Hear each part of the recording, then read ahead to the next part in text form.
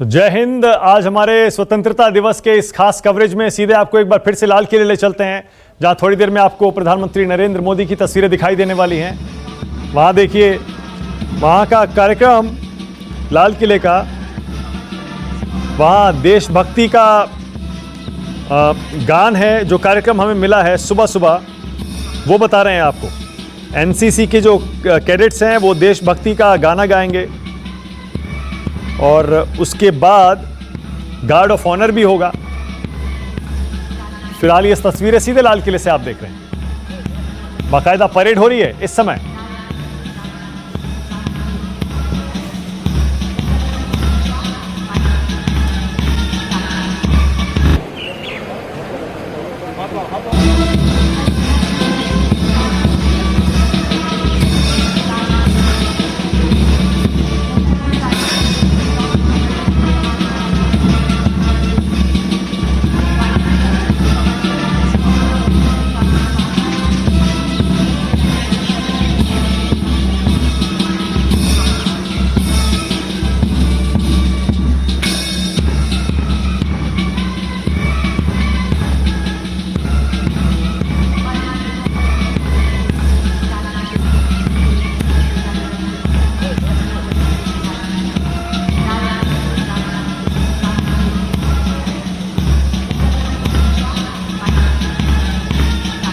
थोड़ी देर में आप देखेंगे जब प्रधानमंत्री मोदी यहां पहुंचेंगे तब उन्हें भी गार्ड ऑफ ऑनर दिया जाएगा, सलामी दी जाएगी।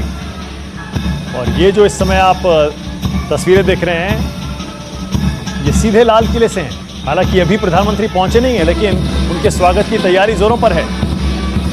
बाकायदा वहां पर देखिए दिल्ली पुलिस के और सुरक्षा बलों के बैंड भी हैं।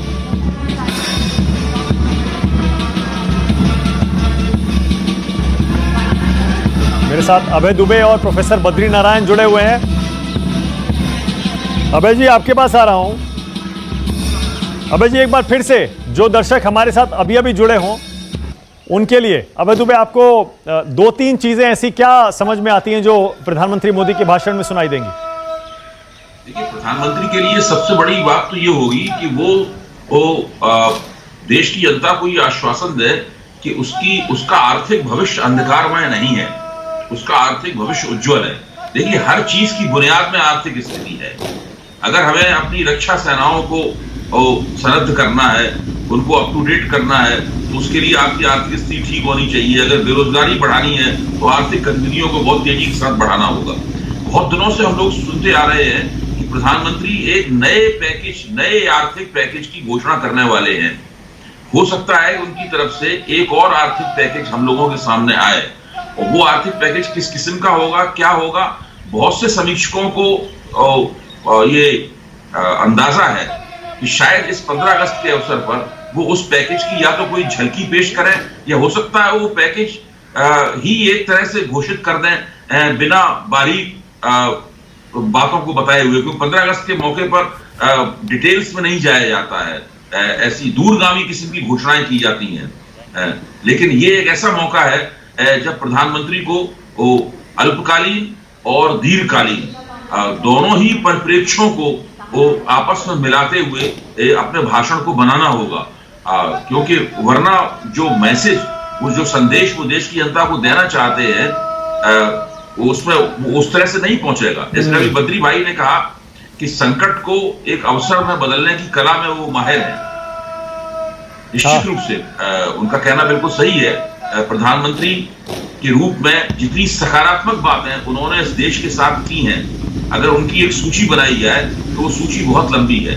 और उनकी सरकार एक सोचने वाली सरकार है, उनकी सरकार एक अमल करने वाली सरकार है, एक अति सक्रिय सरकार है, इससे भी इनकार नहीं किया जा सकता। अब ये सारी खूबियां जो हैं इस वक्त एक परीक्षा की कसौटी पर हैं। और वीवीआईपी जो हैं उनका पहुंचना भी शुरू हो गया है। बीजेपी के अध्यक्ष जेपी नड्डा हैं, केंद्रीय मंत्री स्मृति ईरानी हैं, और भी एक एक करके मेहमान अब पहुंचने लगे हैं। लेकिन जैसा हम पहले कह रहे थे, इस बार का नज़ारा देखिए, बिल्कुल अलग मिलेगा आपको। मास्क पहने हुए वीवीआईपी 2-2 गज की दूरी पर एक दूसरे से ऊपर चढ़ते हुए लाल किले की प्राचीर से पहले उनको थोड़ा नीचे आज बैठाया जाएगा, जैसा मैं आपको पहले भी बता रहा था।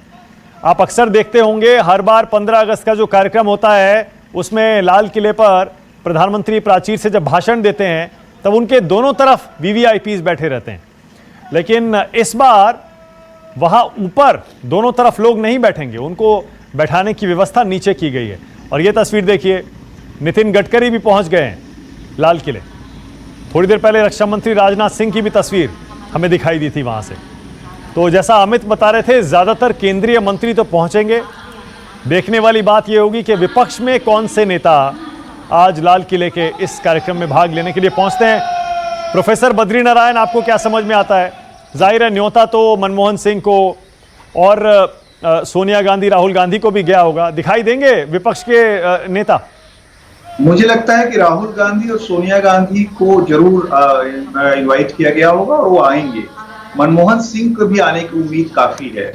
विपक्ष में और भी जो राजनीतिक दल हैं उनमें से भी कुछ लोगों को जरूर बुलाया जाएगा।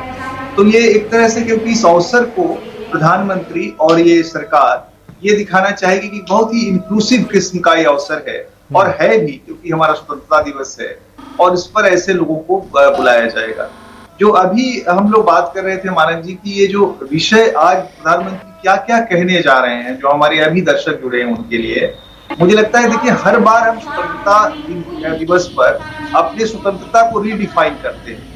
इस बार हमारी स्वतंत्रता का जो रीडिफिनेशन है वो कोरोना संकट से और चीन के संकट से जुड़ा हुआ है। यानी आजादी खतरे में है, बाहर के लोगों के विदेशी जो हमारे पड़ोसी हैं उनके कारण, वो उसकी चर्चा जरूर आएगी। कोरोना के कारण जो पब्लिक हेल्थ का सवाल है वो बहुत इंपॉर्टेंट होके आएगा। आत्मनिर्भर भारत की जो अपील है जो इन दोनों ही से जुड़ा हुआ है वो आएगा।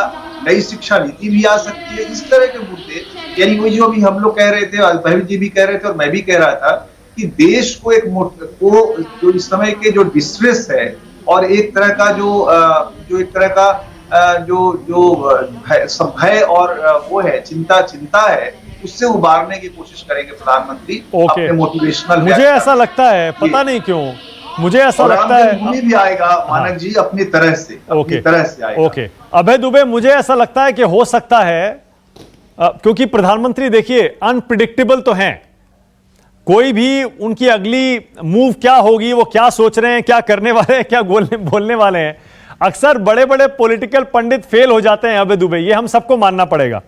ऐसे में अभय दुबे, कहीं ऐसा तो नहीं है अभय दुबे, मैं ये कह रहा हूं कहीं ऐसा तो नहीं है कि हम एक बहुत बड़ी एक दो चीजें मिस कर रहे हैं जो आज के भाषण में सुनाई देंगी? जैसे उनमें से एक हो सकता है, जो मुझे लगता है हो सकता है कि आत्मनिर्भर भारत में चीन से जो हमारा इंपोर्ट है, बॉयकॉट चाइना की लगातार चर्चा हो रही है ना, जब से हमारे चीन से संबंध बिगड़े हैं, कहीं ऐसा तो नहीं कि स्वदेशी को लेकर एक बड़ी मुहिम, स्वदेशी आत्मनिर्भर की छतरी के नीचे ही स्वदेशी आता है, उसमें एक बड़ी मुहिम पीएम आज छेड़ सकते हैं लाल किले से? अभय दुबे, देखिए, मैं आश्चर्यचकित होने के लिए तैयार हूं और प्रधानमंत्री ने हम सब लोगों को कई बार आश्चर्यचकित किया है, इसमें कोई शक की बात नहीं।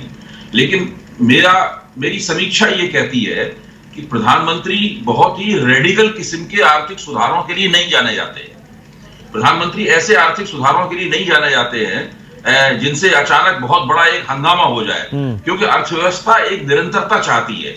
अगर वो आत्मनिर्भरता के नाम पर या चीन के बायकाट के नाम पर चीन के साथ में आयात पूरी तरीके से समाप्त करने की एक रेडिकल किस्म की, एक क्रांतिकारी किस्म की घोषणा अगर लाल किले की प्राचीर से करेंगे तो उससे भारतीय अर्थव्यवस्था जो पहले से ही झटके की शिकार है, उससे इतना जबरदस्त झटका लगेगा। नहीं अबे तुम एक सेकंड, मैं ये नहीं कह रहा था कि चीन से आयात पूरी तरह से आज बंद करने की घोषणा हो जाएगी या उसकी तरफ बढ़ने की तरफ कोई बात करेंगे, लेकिन चीन पर अपनी निर्भरता को कम करने के लिए तो लगातार ये सरकार प्रतिबद्ध रही ही है।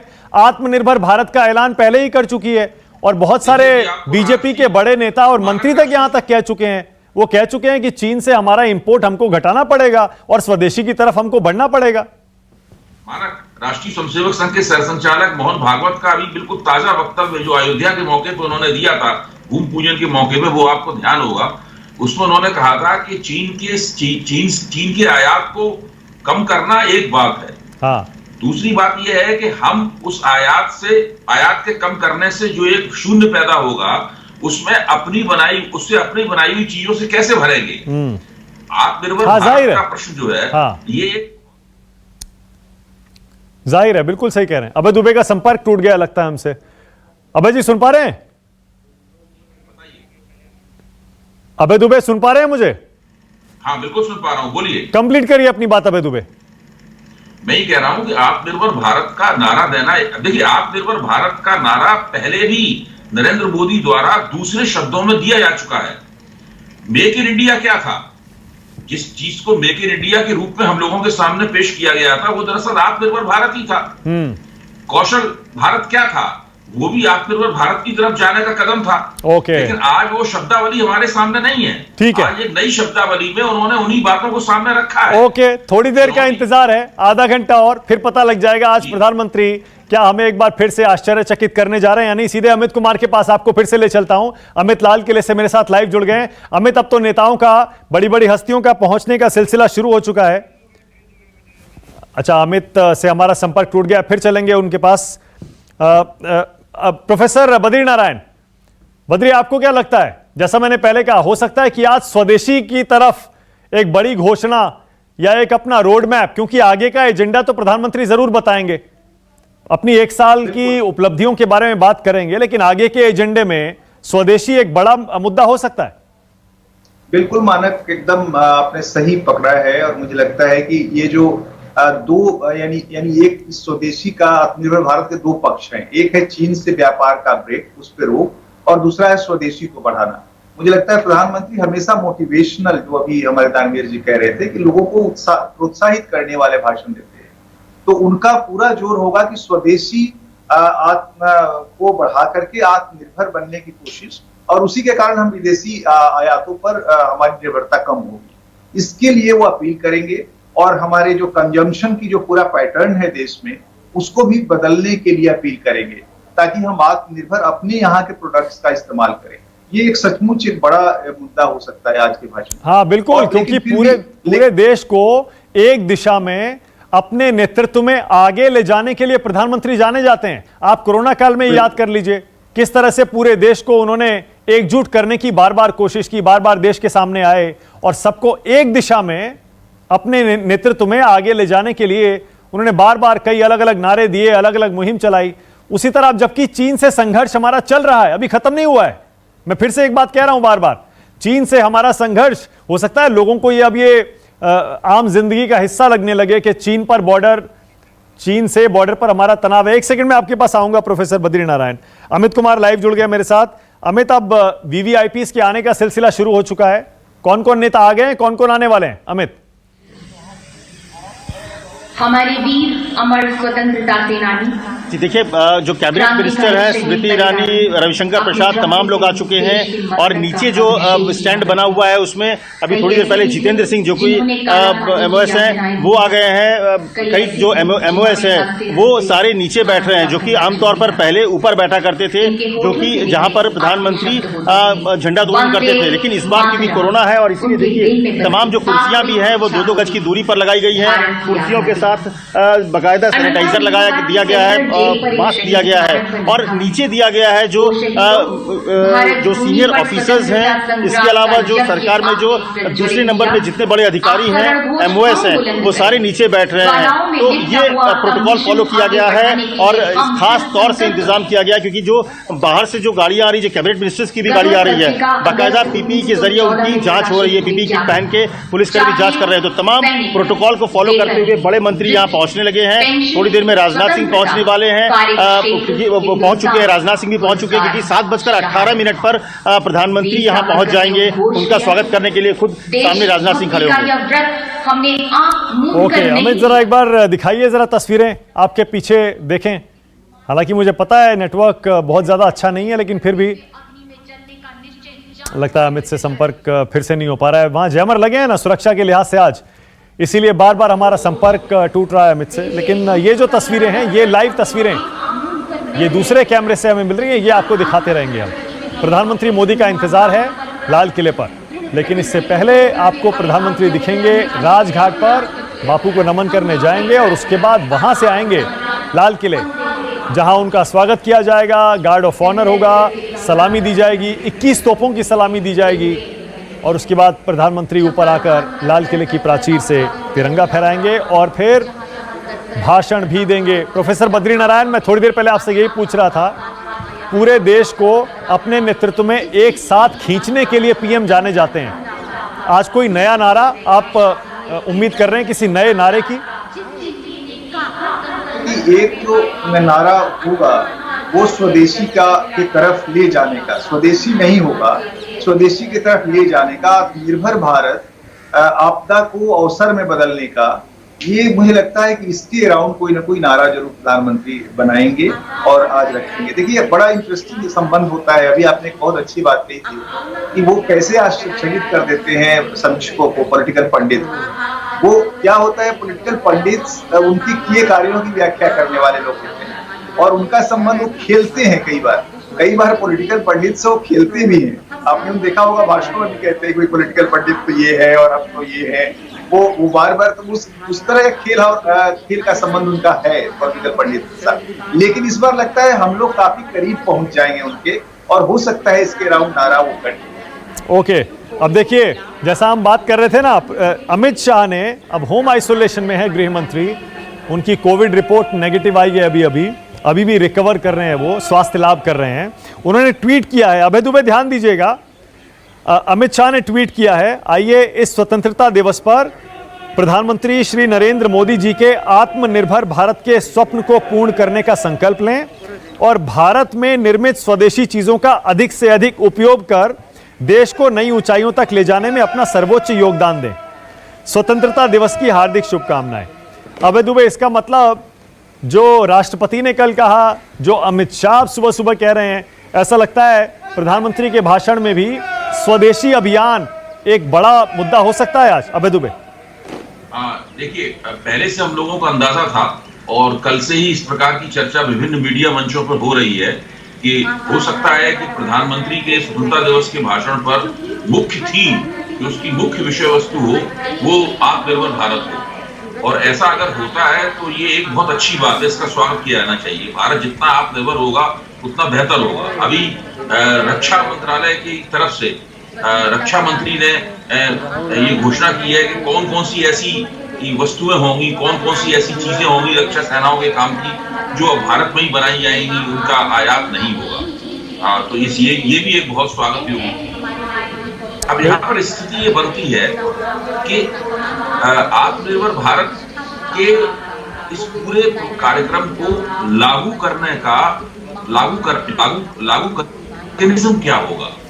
देखिए, आत्मनिर्भरता से संबंधित कई घोषणाएं पहले भी हो चुकी हैं। मैं आप लोगों का ध्यान इस तरफ खींच चुका हूं कि जो स्किल इंडिया था वो क्या था, या मेक इन इंडिया क्या था, वो क्या था। दूसरी बात यह है कि राष्ट्रीय स्वयंसेवक संघ के कई संगठन हैं, जैसे उसमें भारतीय मजदूर संगठन है या और दूसरे सांस्कृतिक संगठन हैं जिनकी जनता में कुछ पैठ है। क्या ये लोग स्वदेशी के पक्ष में एक बड़ा आंदोलन चलाएंगे? क्या ये जनता के बीच में लगातार जाएंगे और जनता से अपील करेंगे कि वो विदेशों में बनी हुई चीजों का इस्तेमाल ना करें? क्या विदेशी चीजों के बहिष्कार का कोई आंदोलन चलेगा? किस तरीके से स्वदेशी की भावना किस तरीके से पैदा होगी? अभी आप कनॉट प्लेस जाइए दिल्ली में, और कनॉट प्लेस में जो चीनी मोबाइल फोन है उनकी जो दुकानें हैं, आज भी, मैं अभी एक हफ्ते पहले की बात बता रहा हूं, मैंने खुद देखा है, वहां पे सबसे ज्यादा उपभोक्ताओं की भीड़ दिखाई पड़ती है, क्योंकि वो मोबाइल सस्ते हैं और वो आसानी के साथ उपलब्ध हैं, और लोगों को लगता है कि इन मोबाइल के लेने से उनकी जो डिजिटल महत्वाकांक्षाएं हैं वो पूरी हो सकती हैं। तो ऐसी स्थिति में स्वदेशी का नारा देना एक बात है, लेकिन जनता के बीच में स्वदेशी की भावना किस तरह लोकप्रिय होगी। नमस्कार, मैं हूं मानक गुप्ता। अगर आपको हमारा ये वीडियो पसंद आया हो तो इसे लाइक और शेयर जरूर करें, और हाँ, हमें सब्सक्राइब और फॉलो करना ना भूलें ताकि आप देश और दुनिया की कोई खबर मिस ना करें। तो जुड़े रहिए हमारे साथ और देखते रहिए News 24।